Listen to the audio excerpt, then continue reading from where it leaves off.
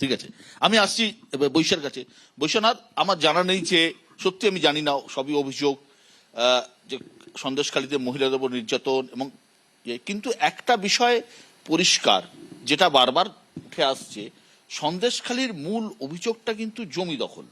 এবং এই জমি দখলের প্রত্যেকের জমি দখল হয়ে গেছে, নোনা জল ঢুকিয়ে দেওয়া হয়েছে চাষের জমিতে, ভেরি করবো বলে আদিবাসীদের জমি ভেরি করবো বলে জমি নেওয়া হয়েছে, পয়সা দেওয়া হয়নি।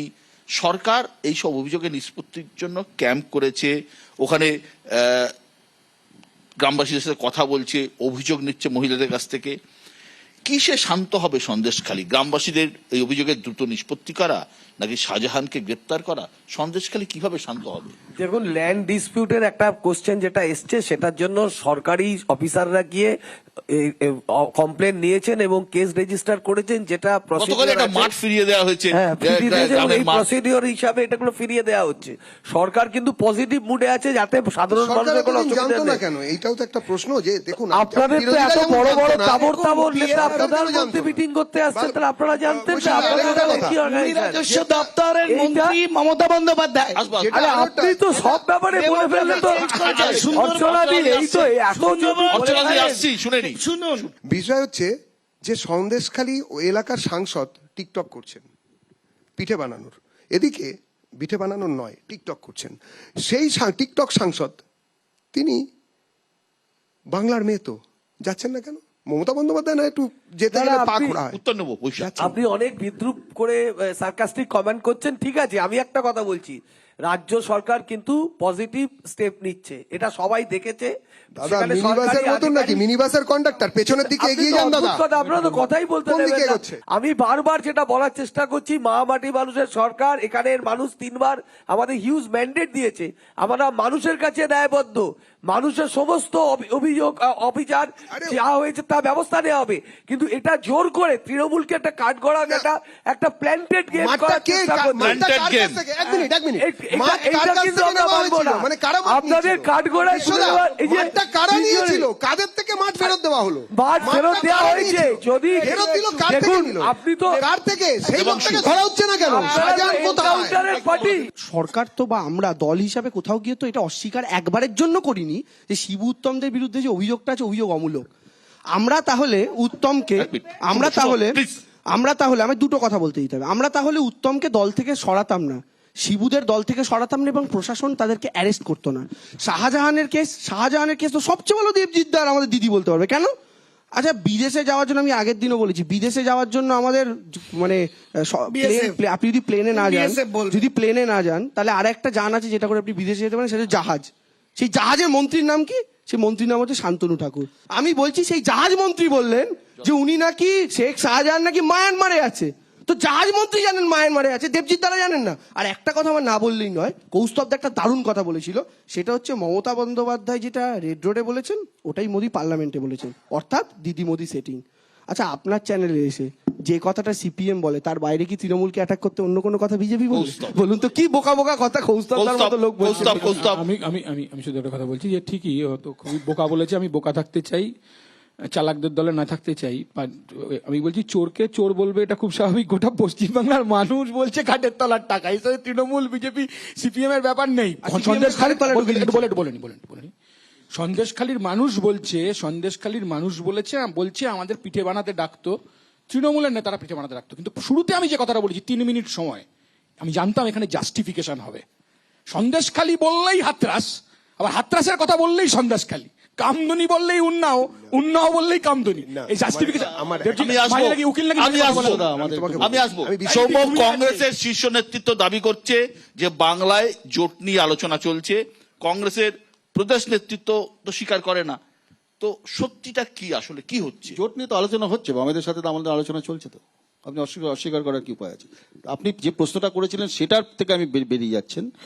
আপনি একটু আগে বলেছিলেন যে জমি নিয়েছে, জায়গা নিয়েছে, জলে নোনা জল ঢুকিয়ে দিচ্ছে, এটা নিয়ে কেন গভর্নমেন্ট কিছু করেনি এতদিন ধরে জানতে পারি।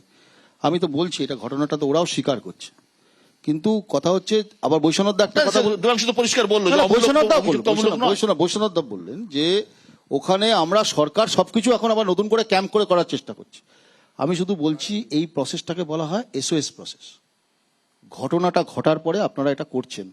সাস্টেনেবল গভর্নেন্সের জায়গায় আপনি শাহজাহানদের দুরন্ত একটা কীর্তি করেছেন, শাহজাহানরা ওখানে ফুলে পেঁপে বড় হয়েছে, আপনি কিন্তু চুপ করেছিলেন। তার কারণ 90 থেকে 92% পঞ্চায়েতে ওখানে বিরোধী শূন্য করেছে এই শাহজাহানদের হাত ধরে, কারণ শাহজাহানরা আপনাদের প্রয়োজন, তাই শাহজাহানদের 56 ইঞ্চি ছাতি হয়েছে।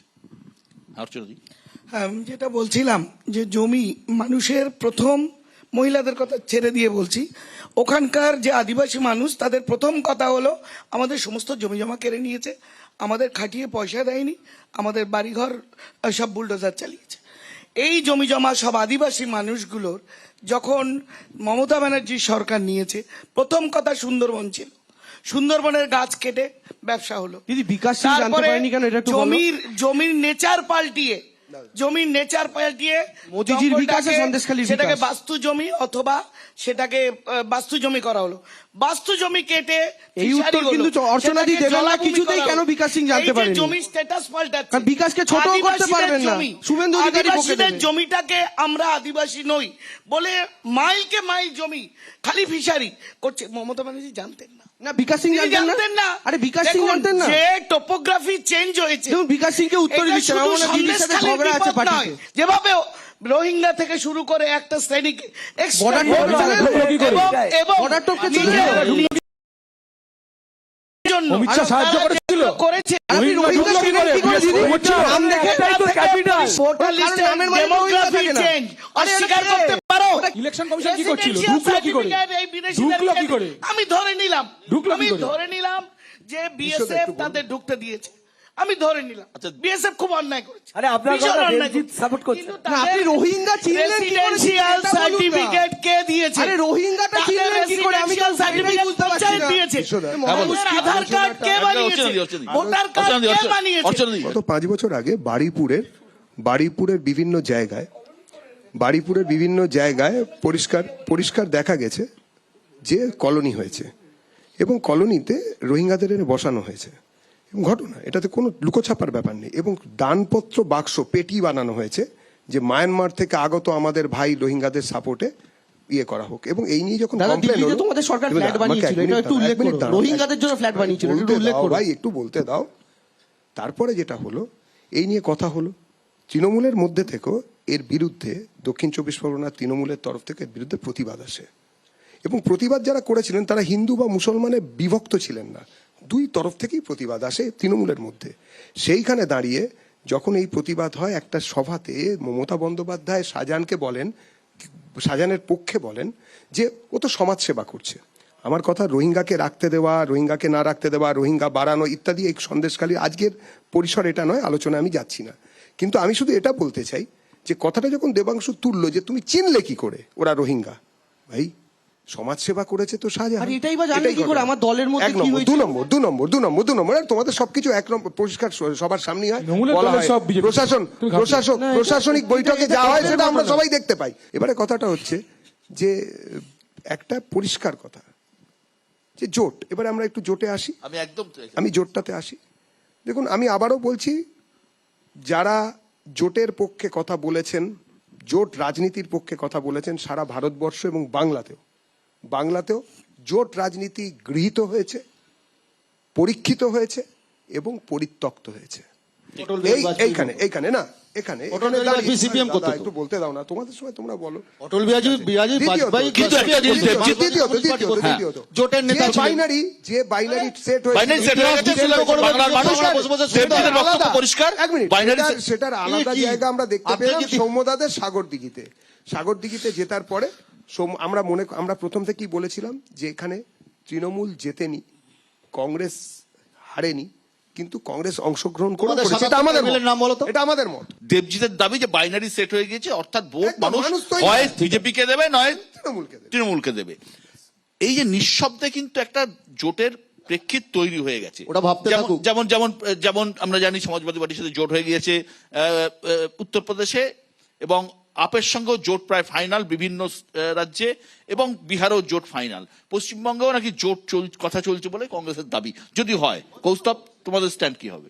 পরিষ্কার কথা, জোট নিয়ে আলোচনা চলছে, তবে বিজেপি এবং বিজেপির বি টিম তৃণমূল কংগ্রেস আমাদের সাথে থাকবে না, কারণ তৃণমূল আর বিজেপি বিরোধী সমস্ত শক্তিকে আমরা এক করার চেষ্টা করবো। হ্যাঁ, আমাদের সাথে কংগ্রেসের আলোচনা চলছে। ভাইজান- বিজেপিকে বড় ফুলকে হারাতে হবে আর ছোট ফুলকে যারা তাড়াতে হবে। বাইনারির গল্প ভাইজান আছে, বলছে তারা ভাইজান বুঝতে পারবে দুদিন পর। বলছি ভাইজান আছে কি ওদের সঙ্গে জিজ্ঞেস করুন। যারা বাইনারির গল্প বলছে তৃণমূল বিরোধী বিজেপি বিরোধী তারা খুব ভালো করে ভাইজান বুঝতে আছে। পারবে কি অবস্থা হচ্ছে। সমস্ত শক্তি বলছি আছে। ওই ভাইজান আছেন নাকি যিনি এসে মঞ্চে ভাষণ দিতে আর উঠলে আসাদুদ্দিন মোহাম্মদ সেলিম অদিতটাকে বলেন এই অদিতটা এখন সরে যান ওয়েসি এবং সালাম ভাইজান তামিল করা বলবেন। একটু বলো না, ওয়েসিটা ওয়েসিটা কি বলো হবে তো, ওয়েসি। কি হবে দেবাংশু? আমি বলছি বিশ্বদা, ধরুন 4টে ঘর আছে আলাদা আলাদা, 4টে ঘরের মধ্যে 2টো ঘরে বড় হ্যালোজেন আলো জ্বলছে আর 2টো ঘরে 2টো টুনি লাইট জ্বলছে। আপনি 4টে ঘরে যদি একে একে ঢোকেন আপনি সবকটা আলো বুঝতে পারবেন, কেন? প্রত্যেকে নিজের ঘরে জ্বলছে। কিন্তু 2টো টুনিকে যদি আপনি ঢুকিয়ে 2টো হ্যালোজেনের ঘরে বসিয়ে দেন তাহলে টুনিগুলোকে দেখা যাবে? এই বাংলার মাটিতে বিজেপির ঘরে ঢুকে গেছে সিপিএম কংগ্রেস, আর একই টুনি লাইটের অবস্থা রাজ্যের মাটিতে, তো ফলে স্বাভাবিকভাবে বাইনারি সেট হয়ে গেছে। ভাইপো কোন ঘরে ঢুকেছে বাবা? কোন দুয়ার ভাইপো? তোমার সঙ্গে আমি একবার ঢুকিনি, এটা করো না প্লিজ প্লিজ প্লিজ, আমাকে কমপ্লিট করে নিতে দাও, তোমরা বলো। ও হ্যালোজেন, আমি বলছি- বিজেপির হ্যালোজেন আমি চালাচ্ছে। বলছি ফলে স্বাভাবিকভাবে দেবাংশু টিম ফলে এসে স্বাভাবিক বিজেপির হ্যালোজেন ফলে চালাচ্ছে। স্বাভাবিকভাবে বাংলার বাল, মাটিতে বাল, বাংলার বাল। মাটিতে বিধানসভা ভাইপোকে বাঁচাতে নির্বাচনে আর কত কিছু করবে ভাই। বিধানসভা নির্বাচনে মানুষ তৃণমূল কংগ্রেসকে 215 আর বিজেপিকে 77টা আসন দিয়েছে। যেমন ঠিক একইভাবে 2016-তে আমাদের আর লেফট কংগ্রেস অ্যালায়েন্সের বাইনারি ছিল, বিজেপি কোথাও ছিল না। মানুষ তখন স্থির করেছিল বিজেপিকে দরকার নেই, আবার এখন মানুষ স্থির করেছে বাম কংগ্রেসকে দরকার নেই। তার মূল কারণ হচ্ছে এখন বাম কংগ্রেস বিজেপিকে দরকার বলছে দেবাংশু। বিজেপিকে বিজেপিকে বাঁচাবার জন্য কত এই কাণ্ড। কারণে বলছি, এটা কিন্তু মানুষের কথা বলছি। কৌস্তব, এটা তো গরুর দুধের কথা বলছি না। ভোট তো তোমাদের গরুর দিচ্ছে না। দুধের কথা বলছি না। কংগ্রেসকেও ভোট দেয়নি। গরুর দুধের হয় কথা বলছি না। তৃণমূলকে দিয়েছে নইলে বিজেপিকে একটা সাগরিকা কি হলো? শালিগঞ্জে কি হলো? বলছি কৌস্তবদা, গত 21 সালে কৌস্তবদা, নির্বাচনের পর থেকে বলছি কি হলো? এডিবের পৌরসভায় শেষ কি হলো? নয় তো। পঞ্চায়েতে কি হলো? কি হলো? কি হলো? আচ্ছা, সাগর দিঘির পরে ধূপগুড়ি। সাগর দিঘির পরে ধূপগুড়ি। বালিগঞ্জে কি কি হলো? হলো? কি হলো সাগর বালিগঞ্জে? দিঘি। ও বাবা, বালিগঞ্জ কি স্টালিনগ্রাড হয়ে গেছে? আত্মনির্ভর বালিগঞ্জ কি স্টালিনগ্রাড হয়ে গেছে? তিনটে মাত্র সংখ্যালঘু অধ্যুষিত। তিনটে মাত্র সংখ্যালঘু বালিগঞ্জ স্টালিনগ্রাড হয়ে গেল। কৌস্তব, তুমি একটা জিনিস ভুল করছো। বিজেপির মহান শক্তি হচ্ছে শুভেন্দু অধিকারী। মানুষ পশ্চিমবঙ্গের প্রেক্ষাপটে বলছি যে মানুষ দেখছে একদিকে খাটের তলায় কোটি কোটি টাকা, একদিকে দেখছে পুরো শিক্ষা দপ্তর জেলের ভেতর, একদিকে দেখছে না ইডি সিবিআই রোজ ঘুরছে। দুটো তিনটে করে ধরছে না। দুটো তিনটে করে টম অ্যান্ড ধরছে। জেরি। শুনুন, কিছুতেই ইঁদুরকে আর ধরতে পারছে না। আরেকদিকে মানুষ কি দেখছে? আরেকদিকে মানুষ দেখছে আত্মনির্ভর ভারতের জন্য বাংলা টম অ্যান্ড জেরি। উনি কথা বলতে দেন না, সবসময় ডিস্টার্বিং এলিমেন্ট। কে? এবং যেহেতু ওদের দায় নেই, দায়িত্ব নেই, বিধানসভায় একটা রিপ্রেজেন্টেটিভ নেই, ওদের কাজ হলো ডিস্টার্ব করা। মানুষের কাছে পরিষ্কার একটা ছবি এসে গেছে। একদিকে দেখছি চুরি, তৃণমূল ডাকাতি, বিজেপি। চরিত্রহীন, লম্পট, সন্দেশখালী, হাঁসখালী।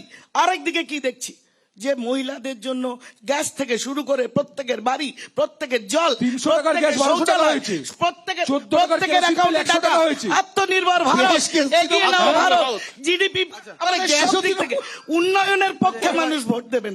আপনারা চেষ্টা করুন। 14 টাকার কেরোসিন তেল 100 টাকা হয়েছে। কিচ্ছু 300 করতে টাকার পারবে না। রান্নার গ্যাস 1200 টাকা হয়েছে। এবার আমার তৃণমূল একটা লাইন বিজেপি বাকি ছিল, বলে নিতে দাও। বিজেপি সবাই তৃণমূলের একত্রিত ভূতটা হয়ে হবে হয়ে গেছে। শুভেন্দু সরষে দিয়ে। আচ্ছা, ঠিক আছে। এটা মানতে হবে আমাদের। চলে যাবে সৌম্যদার কাছে একটা প্রশ্ন আছে। আমি জাস্ট একটা লাইন বলি দেবো তো, আমি আর মাইক ধরবই না, আমি মাইক ধরবই না। আমি আগেও বলছি বললে। আমি বলছি এর আগেও একই কথা বললে। দিদি তোমায় 1 মিনিট দিলাম, আমায় তা চুপ করিয়ে দিল। আমি বলছি এই পার্থ চ্যাটার্জি খাটের তলা, খাটের ওপর, এই সমস্ত কংগ্রেস খাটের নিচে, সিপিএম খাটের ওপর, আমি সব যাচ্ছি না। এই সবের পরেও বাংলা একটা নির্বাচন হয়েছিল, কেউ কোনো অভিযোগ করেনি, সেটা হচ্ছে ধূপগুড়ির বিধানসভা উপনির্বাচন। আর সেই উপনির্বাচন উপনির্বাচনে ভোট হয় নাকি? বিজেপি দিদি তোমায় ভোট হয় নাকি? শাসক দলের তুমি কৌস্তবদা তোমায় ডিস্টার্ব করে তুমি বদলা আমায় নিচ্ছ, সিপিএম এর বদলা তৃণমূলের নিলে হবে? এই বিজেপির ক্যারেক্টার। আমি বলছি সেই নির্বাচনটা কিন্তু বিজেপির হাত থেকে সিটটা আমরা ছিনিয়ে নিয়েছি। আর সিপিএম কে নিয়ে একটা কথাই আমি শুধু বলি, সিপিএম হচ্ছে পুরনো বাড়ির ফাটা সোফা, অনেকে নস্টালজিয়া জড়িয়ে যায় কিন্তু ফেটে স্প্রিং বেরিয়ে গেছে, কিন্তু তা বাড়িতে লোকে রেখে দেয়। বুঝতে পেরেছেন তো? সাগর দিঘি। এখন কিন্তু তোমরা আরে জিতেছো। CPM আরে সাগর দিঘি। আরে সিপিএম কে ক্রেডিট দিচ্ছ। মানে সাগর দিঘি সময় নেই। বাইরন চলে এসছে তো। আমাদের থেকে বাইরন চলে এসছে কয়েক তো। সপ্তাহ বাইরন আগেই চলে লোকসভা ভোট। এসছে। বাইরন চলে ইতিমধ্যেই এসছে। ময়দানে নেমে পড়েছে তৃণমূল প্রচারের ঝড় তুলতে। ময়দানে তৃণমূল বিজেপি সবাই নেমে পড়েছে, সিপিএম কংগ্রেস সবাই রয়েছে প্রচারে ঝড় তুলতে। প্রধানমন্ত্রী নরেন্দ্র মোদী মার্চের প্রথম সপ্তাহেই আসছেন পশ্চিমবঙ্গে। সন্দেশখালী বনাম আধার, জোট বনাম সিএ, বাংলায় কে কাকে টেক্কা দেয় সেটাই এখন দেখার। অনেক অনেক ধন্যবাদ আজকের এই অনুষ্ঠানে আসার জন্য।